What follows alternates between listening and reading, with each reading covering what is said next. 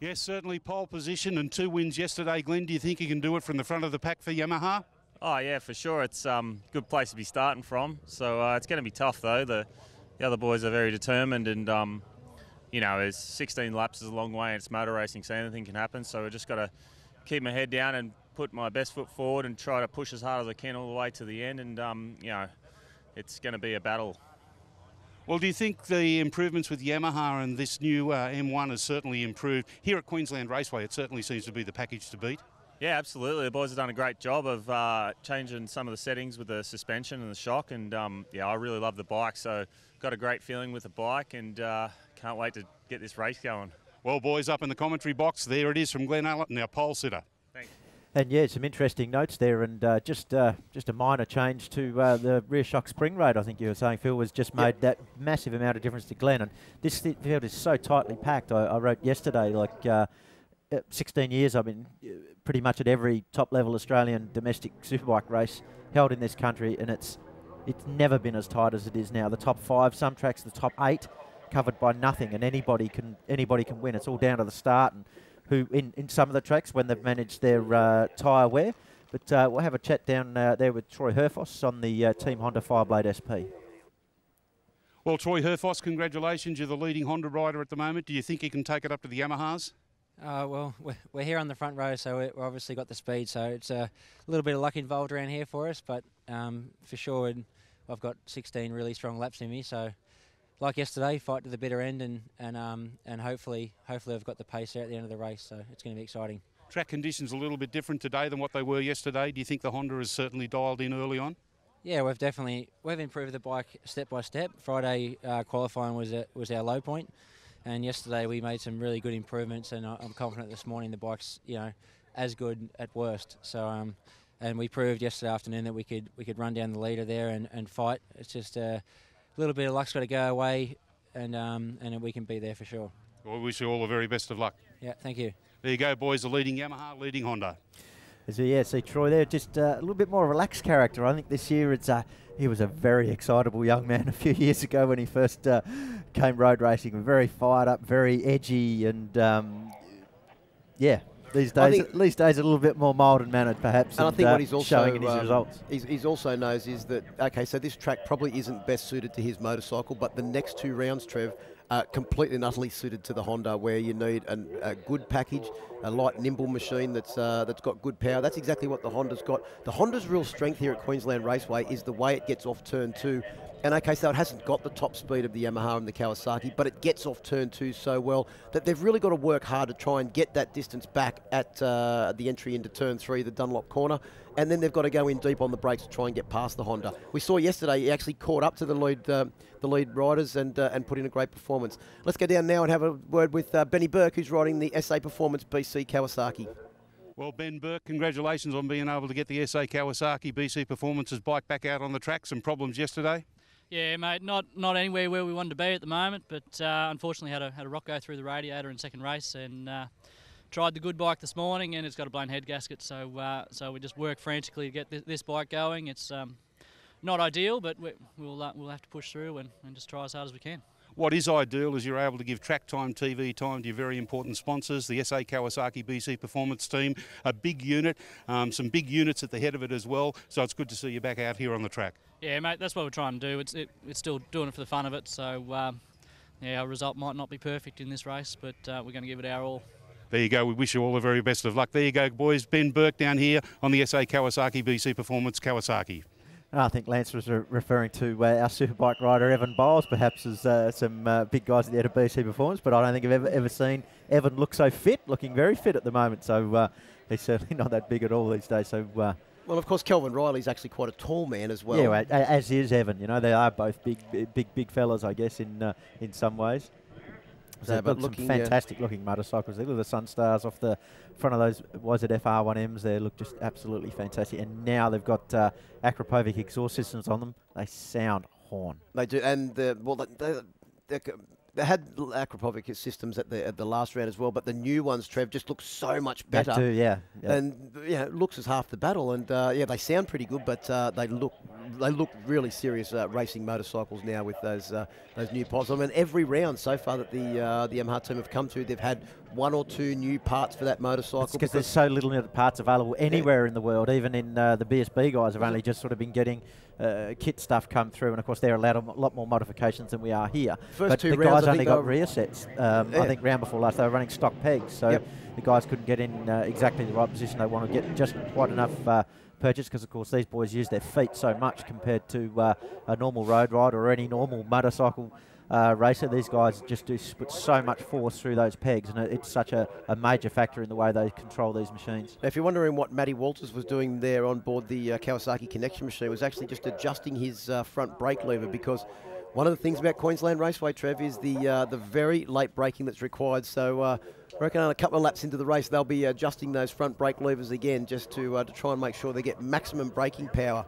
And we saw yesterday that Matt Walters got 2 fantastic starts, and it just showed the importance of a good start in the Superbike class as they head off on their warm-up lap. 2 warm-up laps we have here this morning, Phil, before we've set up for a race start. I did speak to Benny Burke this morning, so that's really quite unfortunate that his main machine was found to be unserviceable after copping a rock yesterday. It was very, very hot, and they were hoping that it was still okay, but as I said in morning warm-up, too much engine damage there from losing all its coolant. And also, what was even more frustrating for Ben was that engine had just been refreshed, and he said it was feeling really, really strong. So even more disappointing for the SA Motorcycles BC Performance team. But Benny Burke will get out there on the second bike, and he can be sure that he'll give it a red-hot go. But I suppose a lot of eyes too, Trevor, on the local man, Mad Mike Jones, on board the Cube Racing Kawasaki.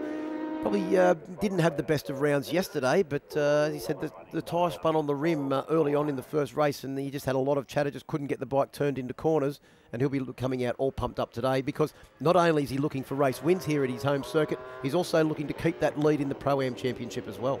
And even in the Friday qualifying session, there was only less than 3/10 of a second covering the top 4, and the top 8 or 9 only a second. So in qualifying trim, there was nothing between them, and there'll be even less than between them in this race when they've got the whole 16-lap race distance. But like we said a little bit earlier on in the coverage, the tyre wear issue here doesn't really seem to be all that great. Glenn Alton yesterday said his fastest lap of the race on the final lap, and that's something that we haven't generally seen this season. So the tyre longevity at this circuit across these 16 laps doesn't really seem to have been an issue. And I think it's perhaps a little bit cooler than yesterday as well. Track temps were getting up towards 50 degrees yesterday, 46, 47 I think at times. And I'd say here this morning it's not quite, might get up there somewhere later this afternoon, but this morning a little bit cooler than yesterday. So be interested to see if that changes a little bit, with because there is so little between the performance of these machines. Just one click, as we heard, or one minor change to the spring rate in the shock has taken Glenn Alton from fighting from 4th or 5th position, and a very frustrating man with to taking a double win yesterday. And it's the same with the Honda guys yesterday morning. Troy Herfoss tried a little change. Again, and that wasn't even a spring rate change, it was a clicker. And one clicker and the bike was transformed, because this is just so tight. There's nothing in it, and the boys just struggle so much to just eke out that final tiny little fraction of advantage. And it is that tiny fraction of advantage when things are this close that decides who wins and who grins. On your grid there, on your screen, you can actually see Lyndon McGee out of position number 13. Unfortunately, Lyndon not only not able to race this weekend, because he had some surgery to reattach a tendon in his elbow, which was a result of a crash in New Zealand at the beginning of this year. And at the lead up to the event, he just sort of said no, he was going to be risking too much if he came out here and tried to ride this weekend. So unfortunately, Lyndon not there as Glenn Alton pumps the chest and ready for a start now. The red lights are on. And we're away. First of the iPhone Superbike races for the day. Good start for all of the front row of the grid, but Matty Walters could very well be the leader as they head down through turn 1. No, it's Troy Herfoss. Herfoss with Matt Walters in second place.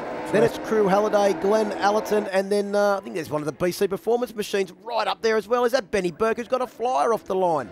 So that little bit less horsepower with his older engine not affecting Benny Burke there at all. Fantastic run through turn 1 and 2 there for the first time as they head down that long back straight into Dunlop turn 3. There's a move position there in second place.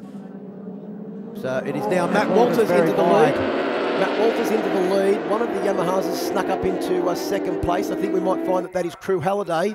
And then as they come down towards the first of the Bell Helmets corners now, Glenn Allerton tries to find his way past Troy Herfoss, does so successfully. Herfoss back up the inside between Bell Helmets turn 4 and 5 there. That shows the real advantage of that Honda, doesn't it, Trev? He was able to get the bike turned and get it back into position. Glenn Allerton got a massive run out of there and sticks it under Herfoss a little bit sideways. Herfoss is wide. He's run off the circuit nearly, has he? No, I think he's just managed to keep it on the black stuff, but he's gone back. Be back to about 9th, I think, as you see Matty Walters and Crew Halliday cross the line fairly much the same. Matt Walters will lead and as they tip into DID change turn 1. With Crew right on his tail. Matty Walters be loving this out the front of the pack. You're struggling with turn 1 today, Trev. I am. I'd get the DID and the chain round the wrong way. Must be the bump that's putting you off. But look at Jamie Stouffer now. He's looking like he means business, doesn't he? You can just tell by the body language of Jamie Stouffer, the man from Curry, as they come down towards Dunlop.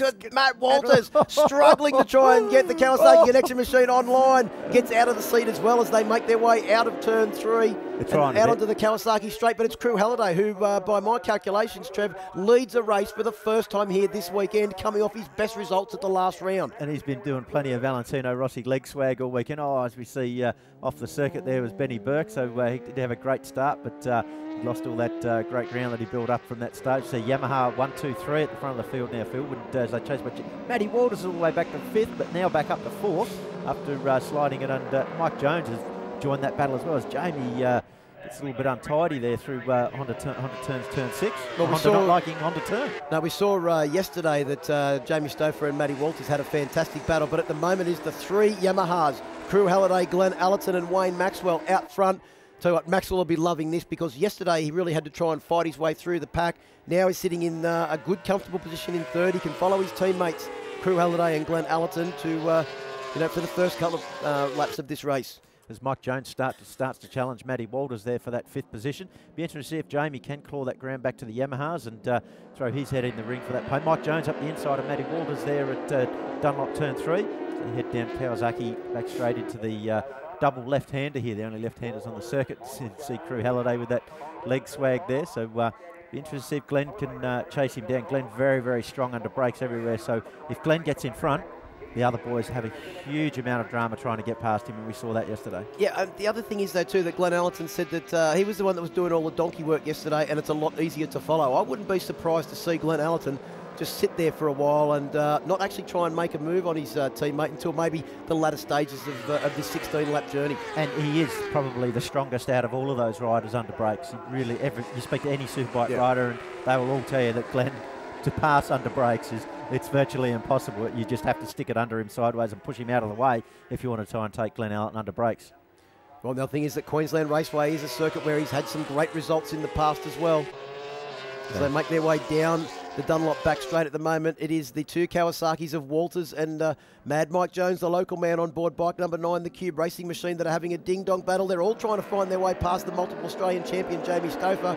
But Jamie, once again, he is just good all over Queensland Raceway circuit. His bike might not be the fastest out there, but he's able to get the most out of the Team Honda racing package. And Jamie's bike looks to be working really, really well, actually, perhaps even working better than I've seen it work all season around here, and he's very, very smooth.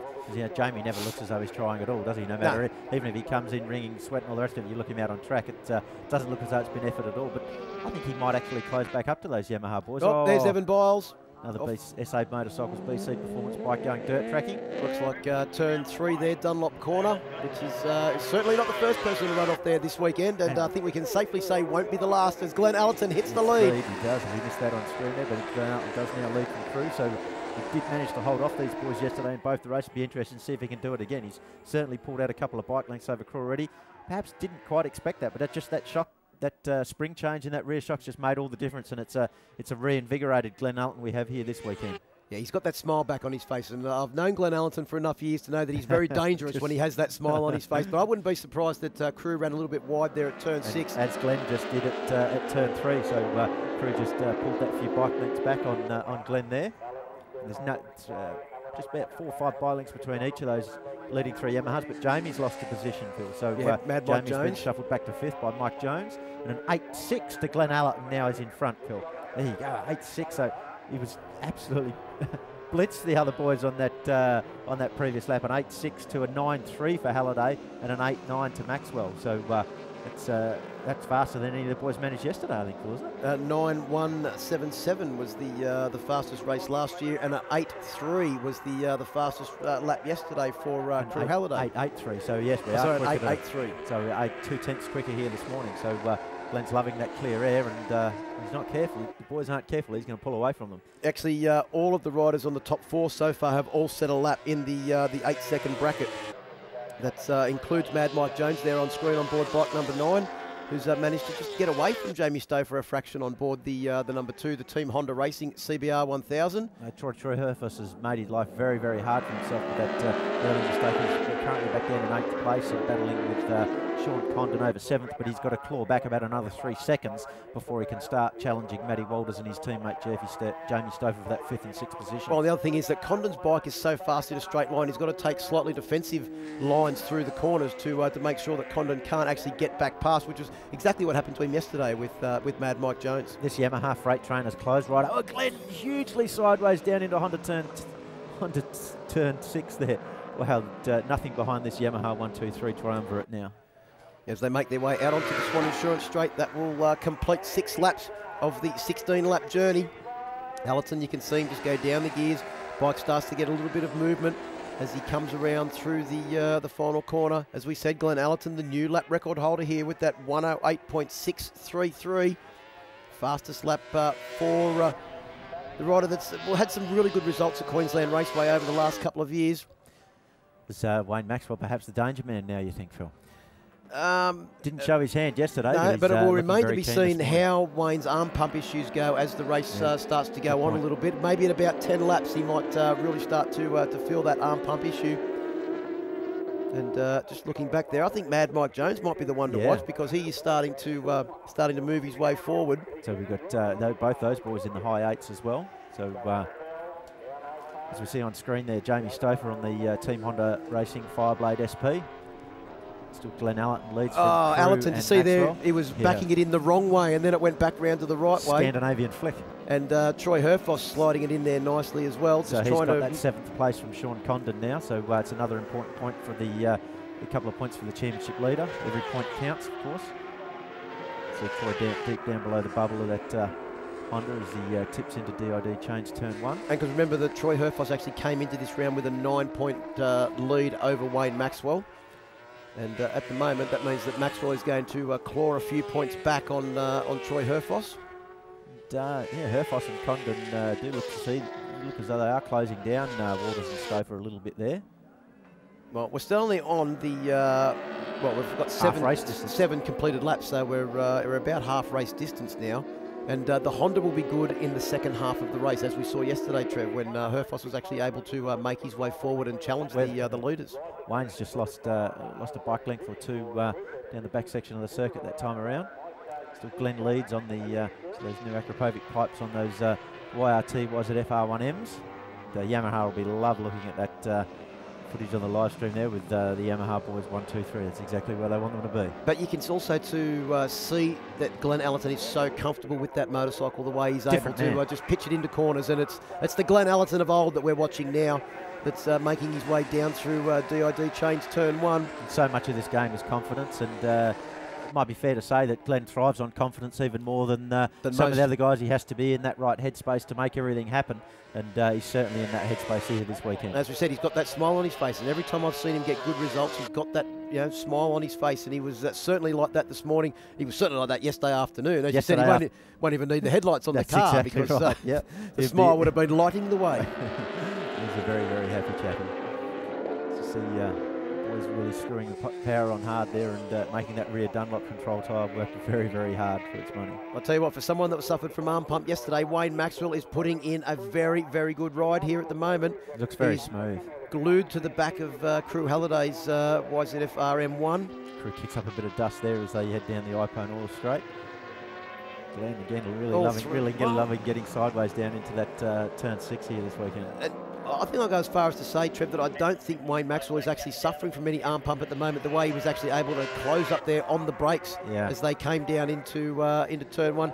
into turn 6. If you got arm pump, you can't brake as late as what your competitors are, and Wayne looks to be all over them at the moment. And look, Wayne doesn't perhaps look quite as animated as the other guys because he's just perhaps got that little bit in mind and conserving that little bit of energy and just looking so smooth and not doing anything he doesn't have to make that R1 work for him. And when Wayne Maxwell is actually at his best, the bike doesn't get out of shape and always remains in control. And he's renowned as well. Once the tyres are shot, Wayne's the man. So as they make their way out of Dunlop Corner, turn 3, and down the Kawasaki straight, it is the Yamahas of Glenn Allerton, Crew Halliday and Wayne Maxwell that lead from the Kawasaki of Mad Mike Jones, who looks to be closing in just a fraction. On the last lap, Trev, he was a 9 flat. They all actually did 9 flats or 9-1, so they're pretty much holding station at the moment. Jamie Stouffer back there in 5th place did a 9-7. Matt Walters did a 9-8, and Troy Herfoss and Sean Condon both in the 9-7s as well. So everyone's doing very, very similar lap times at the moment as we come up towards 10 completed laps now as our leaders go across the start-finish line.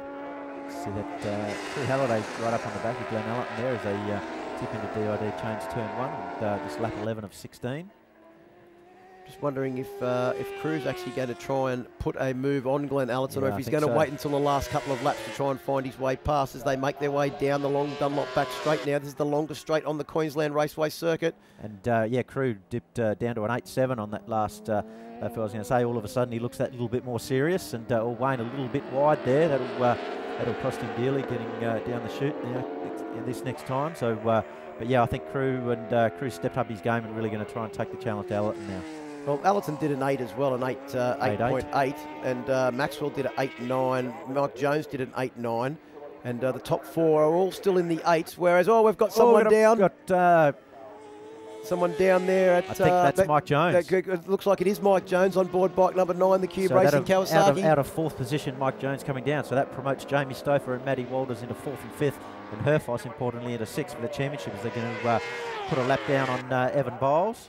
Well, that is the big winner out of that really is Troy Herfoss moving up that couple of extra positions now. So unfortunately a fair bit of damage there for Mad Mike Jones's motorcycle. Mike Jones looks all right. Unfortunately the Cube Racing machine not so much. Yeah, Mike seems to bounce pretty well.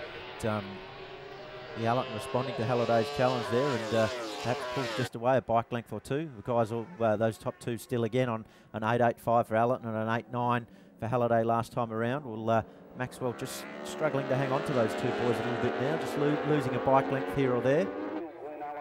Yeah, it definitely looks like Wayne has lost the toe from Crew Halliday and Glenn Allerton as they make their way down the Kawasaki straight into the Bell Helmets corners, turns 4 and 5. The only 2 left-handers here at Queensland Raceway. This is going to be a fast lap from Allerton, Phil. I think he might lower the benchmark again, perhaps.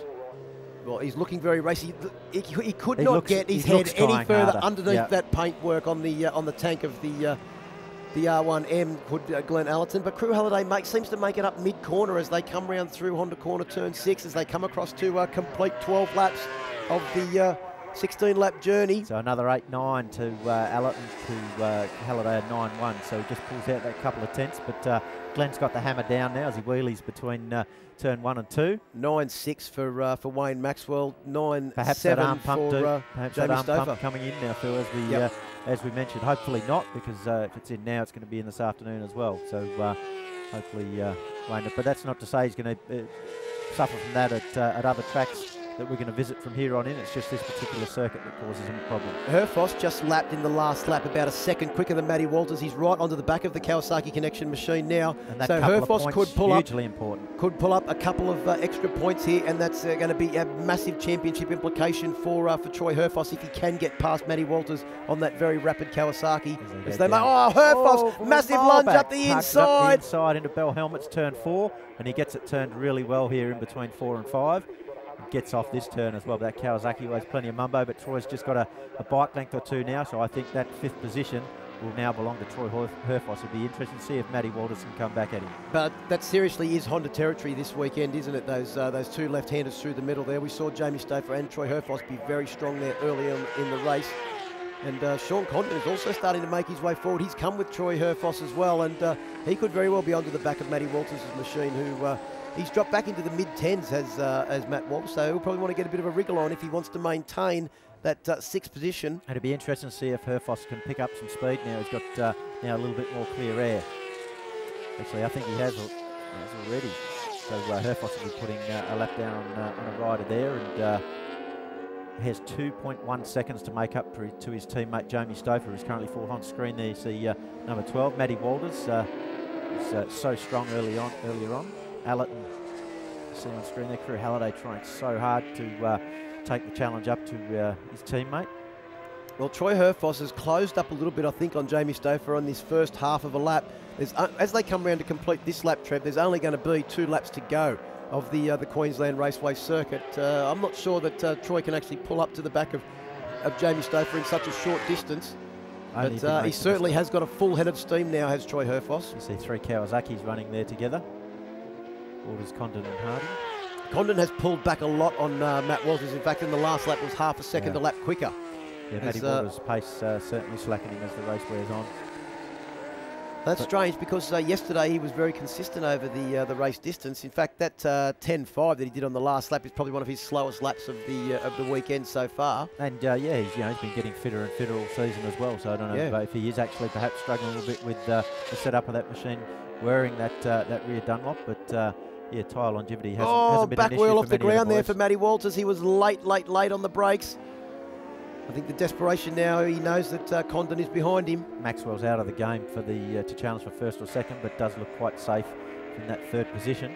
And that'll be his best result so far of the weekend. So I'm pretty sure that the rider on bike number 1, the reigning champion, will be relatively happy with that and the points that go with it. Take back a couple of points on championship leader Troy Herfoss, who's 2 further positions behind. As they come around to complete 15 laps, get the last lap board. It is Glenn Allerton still leading from Crew Halliday. Be interesting to see just how hard Crew takes this challenge up, how much of a risk he's prepared to take in getting past his teammate. Well, in his 52nd Superbike race start, Crew Halliday has got a fair amount of work to do now to try and get past his teammate Glenn Allerton, who I don't think I've got enough hands and fingers to try and count how many Superbike races Glenn Allerton's raced over the last 10 years or so, Trevor, as they make their way down towards turn 3, Dunlop corner for the last time. Allerton gets a good run through there, gets on the gas nice and smoothly as they make their way out onto the Kawasaki straight.